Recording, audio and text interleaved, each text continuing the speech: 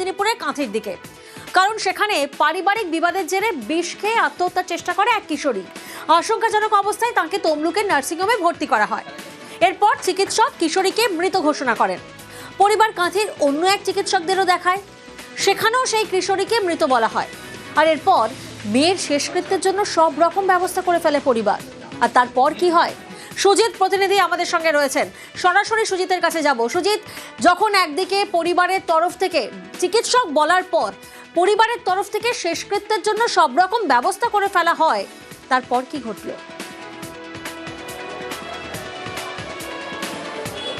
তো প্রিয়াঙ্কা, শুধু যে চিকিৎসক নয়, একজন নয়, একাধিক চিকিৎসক মৃত বলে দেয়। এবং 13 বছরের ওই কিশোরীকে যখন মৃত বলে দেয়, তখন কিন্তু হাল ছাড়েননি তার পরিবারের লোকজন এবং অ্যাম্বুলেন্সের টেকনিশিয়ান অর্থাৎ স্বাস্থ্যকর্মী।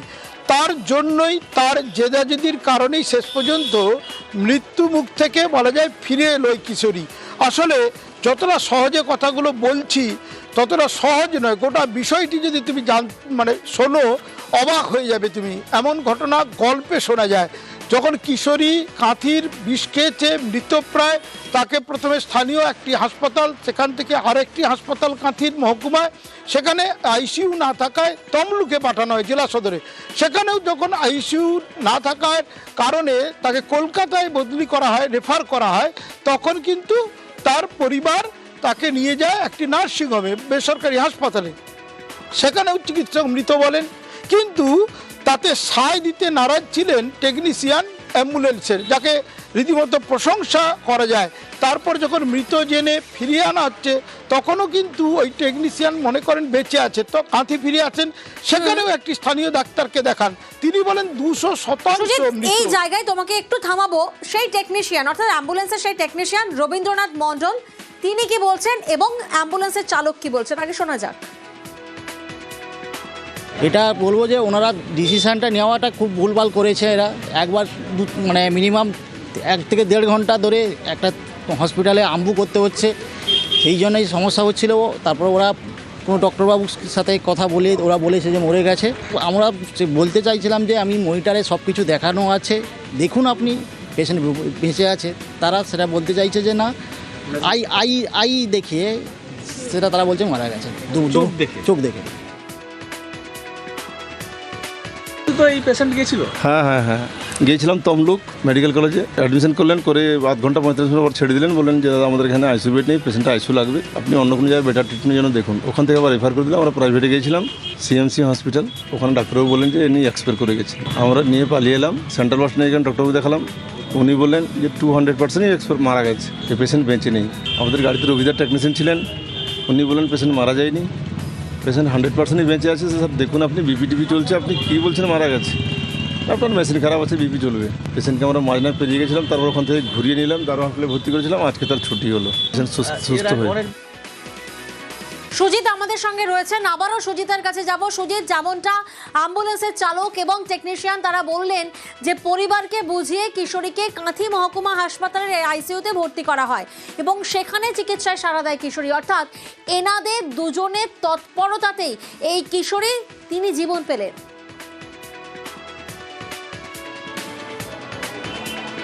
একেবারে। এবং সে কারণেই কিশোরী যখন ভালো হয়ে নিজের পায়ে হেঁটে বাড়ি ফিরছে, তখন এলাকার মানুষ উৎসাহ, রীতিমতো উদ্দীপনা তাদের দেখার মতো। তারা কিন্তু বলা যায় মালা দিয়ে এবং রীতিমতো শুভেচ্ছা জানায় ওই টেকনিশিয়ান বা অ্যাম্বুলেন্স চালককে।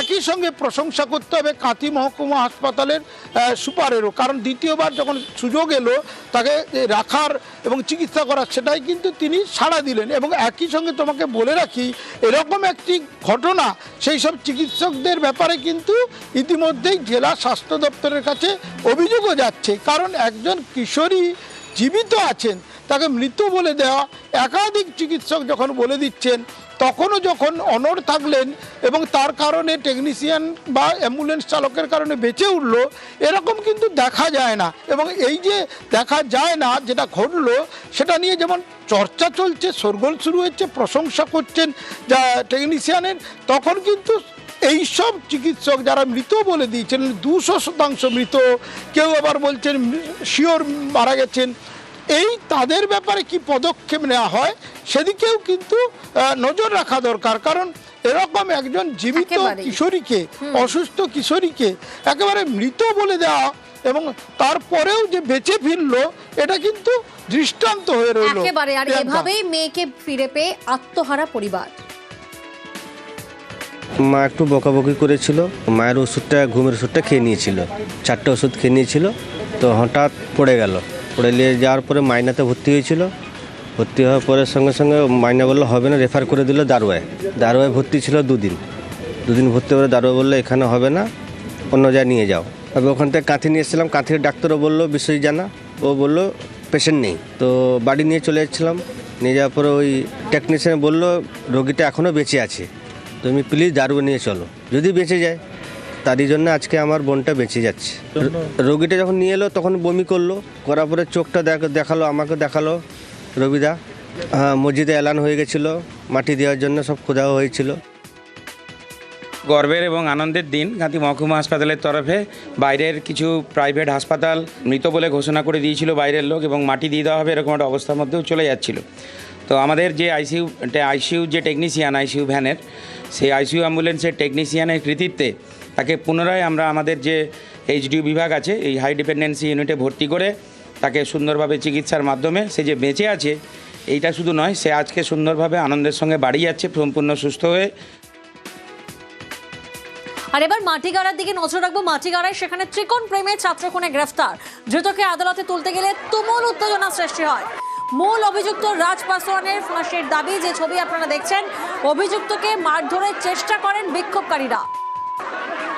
বিশ্বজিৎ প্রতিনিধি আমাদের সঙ্গে রয়েছেন, সরাসরি বিশ্বজিতের কাছে যাব। বিশ্বজিৎ, যে ছবি আমরা দেখছি, বিক্ষোভকারীরা তারা রীতিমতো অভিযুক্তকে মারধরের চেষ্টা করেন, আজ কোর্ট প্রোডাকশনের সময় ঠিক কি ঘটেছিল?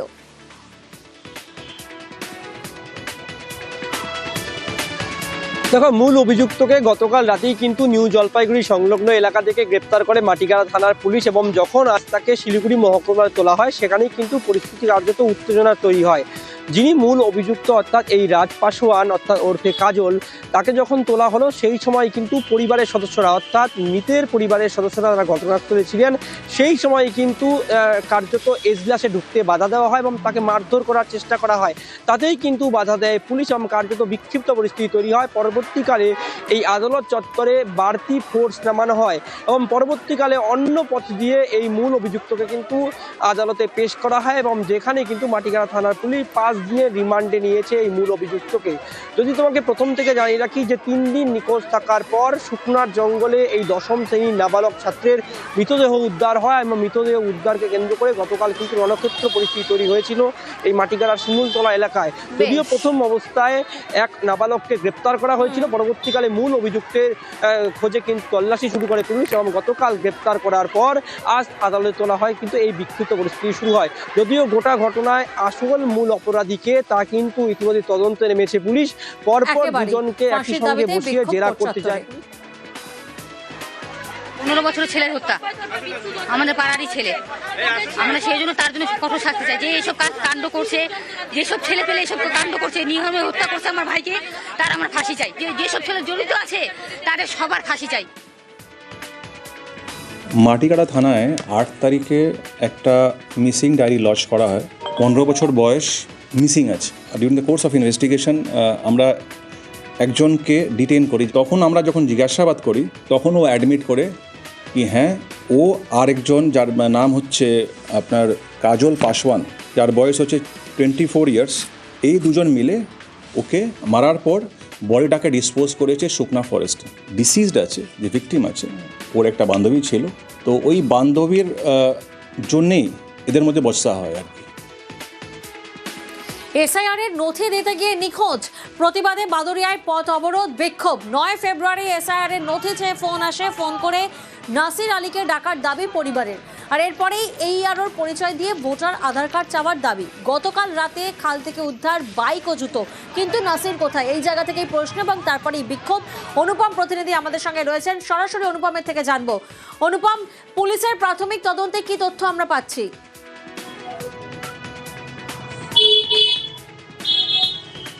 দেখো, পুলিশ এখনো কিন্তু তদন্ত করছে এবং পুলিশ যে খাল থেকে তার বাইক এবং জুতো কালকে উদ্ধার করেছিল সেই এলাকা কিন্তু তদন্ত করে দেখছে এবং তার যে ফোন নাম্বার সেই ফোন নাম্বার নিয়ে বিভিন্ন রকমভাবে ট্র্যাক করে সে ফোনটা কোথায় আছে বা এই নাসির আলী কোথায় আছে সেই নিয়ে কিন্তু তদন্ত শুরু করেছে, তাদের প্রক্রিয়া চলছে।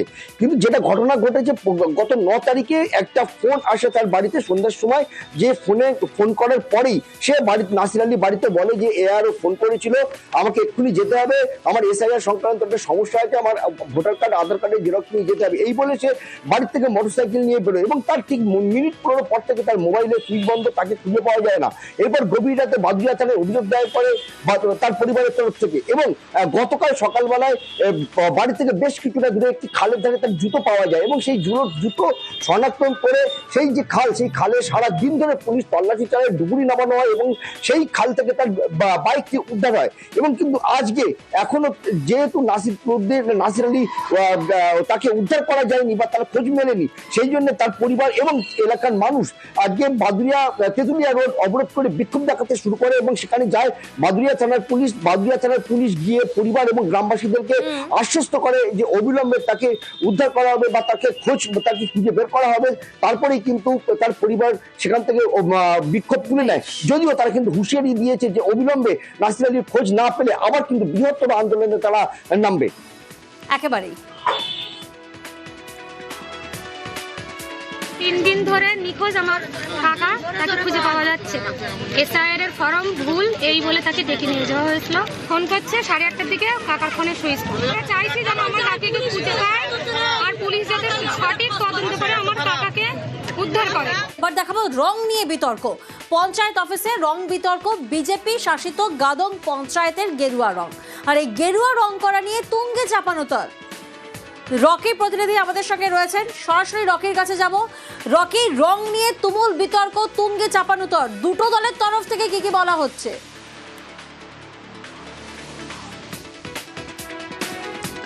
দেখো, ধূপগুড়ি মহকুমার অন্তর্গত গাদং 2 নং গ্রাম পঞ্চায়েতের পঞ্চায়েত অফিসে গেরুয়া রংকে কেন্দ্র করে রীতিমতো উত্তেজনা ছড়ালো শালবাড়ি এলাকায়।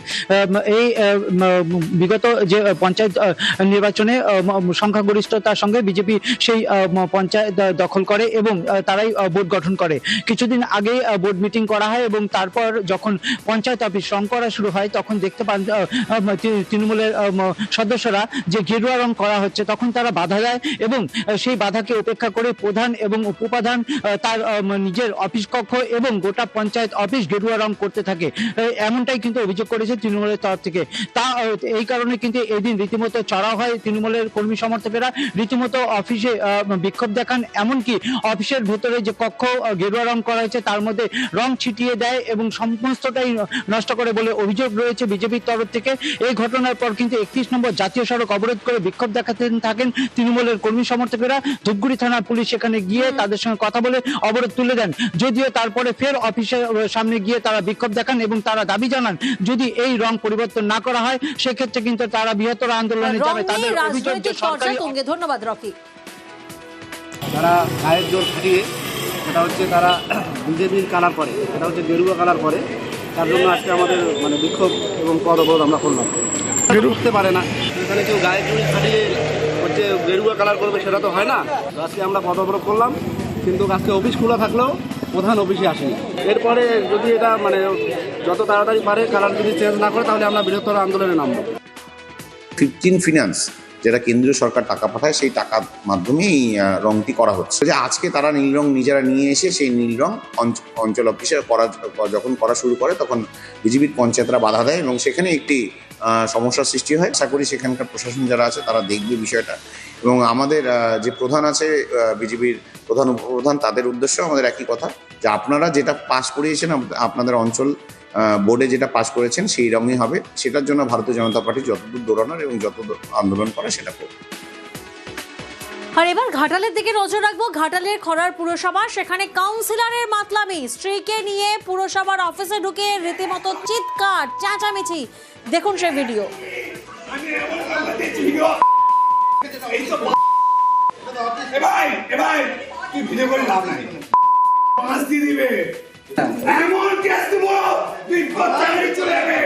সুকান্ত প্রতিনিধি আমাদের সঙ্গে রয়েছে।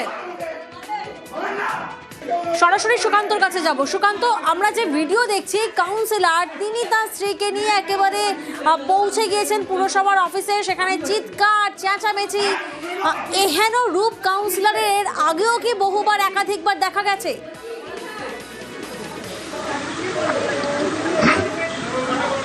একদমই, দেখো প্রিয়াঙ্কা, সেই কথাই কিন্তু বলছেন পৌরসভার চেয়ারম্যান সন্ন্যাসী দোলই। তিনি দাবি করছেন মাঝে মধ্যেই এই খড়ার পৌরসভার ৮ নম্বর ওয়ার্ডের কাউন্সিলর ফাল্গুনী মিশ্র তিনি কিন্তু মদ্যপ অবস্থায় পৌরসভায় আসেন এবং চেঁচামেচি করেন। শুধু তাই নয়, অসভ্য গালিগালাজ করেন বলেই তিনি দাবি করছেন। আর পুরো বিষয়টি নিয়ে কিন্তু অস্বস্তিতে পড়ে রয়েছে খড়ার পৌরসভার কর্মচারীরাও। কারণ খড়ার পৌরসভা, প্রিয়াঙ্কা তোমাকে জানিয়ে রাখি যে 10টি ওয়ার্ড, সেই 10টি ওয়ার্ডের মধ্যে 8টি ওয়ার্ড তৃণমূলের দখলে ছিল এবং 2টি বিজেপির দখলে। আর তার মধ্যে 2টির মধ্যে 1টি ওয়ার্ডেই কিন্তু এই ফাল্গুনী মিশ্র বিজেপির প্রার্থী হিসাবে জিতেন, এরপর তৃণমূলে আসেন।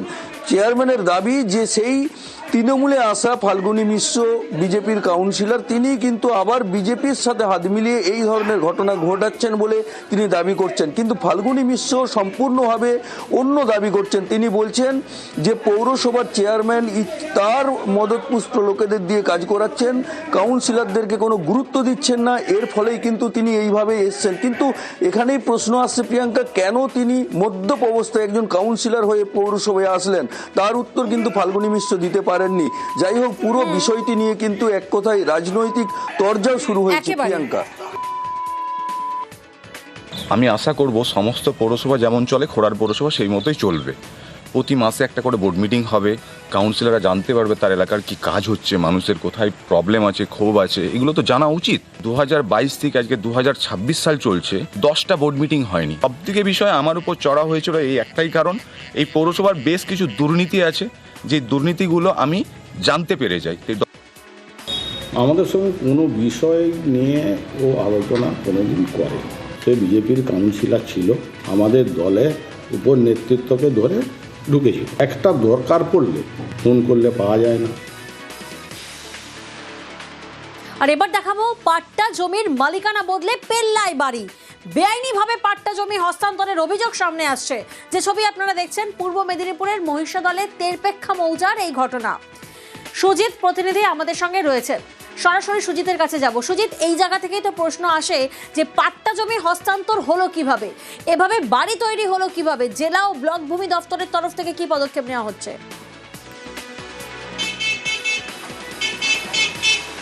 দেখো, বিষয়টি যখন সামনে আনলো স্থানীয় এক যুবক, সে কিন্তু আরটিআইও করে এবং করে দেখলো এবং দেখিয়ে দিল প্রশাসনকে যে এটা একবারে চূড়ান্ত অনিয়ম হয়েছে। কি অনিয়ম? পাট্টা দেওয়া জমিতে সেটাকে বিক্রি করা হয়েছে, কিনে সেই নামও পরিবর্তন হয়ে গেছে, অথচ বিক্রি করাই যায় না এ ধরনের পাট্টা দেওয়া জমি। সেখানে শুধু হাতবদল নয়, যে আইনি কাগজে যে নাম তোলাই নয়, একই সঙ্গে কিন্তু প্রিয়াঙ্কা 3 তলা বড় পাকা বাড়িও গড়ে তোলা হয়েছে। অর্থাৎ চূড়ান্ত অনিয়ম, অবৈধভাবে এই যে হস্তান্তর, সেটা নিয়ে ওই যুবক, যিনি স্থানীয় একজন ব্যবসায়ী, তিনি এই বাপি, তিনি কিন্তু গিয়ে বিডিওর দ্বারস্থ হন। বিডিও তখনই কিন্তু বিষয়টি বলা যায় বিএলআরওকে বলেন গোটা বিষয়টি দেখার জন্য, কারণ সহজেই দেখা যাচ্ছে এটা অনিয়ম হয়েছে। এবং এ ধরনের ঘটনা একেবারে দেখা যাচ্ছে চোখের সামনে।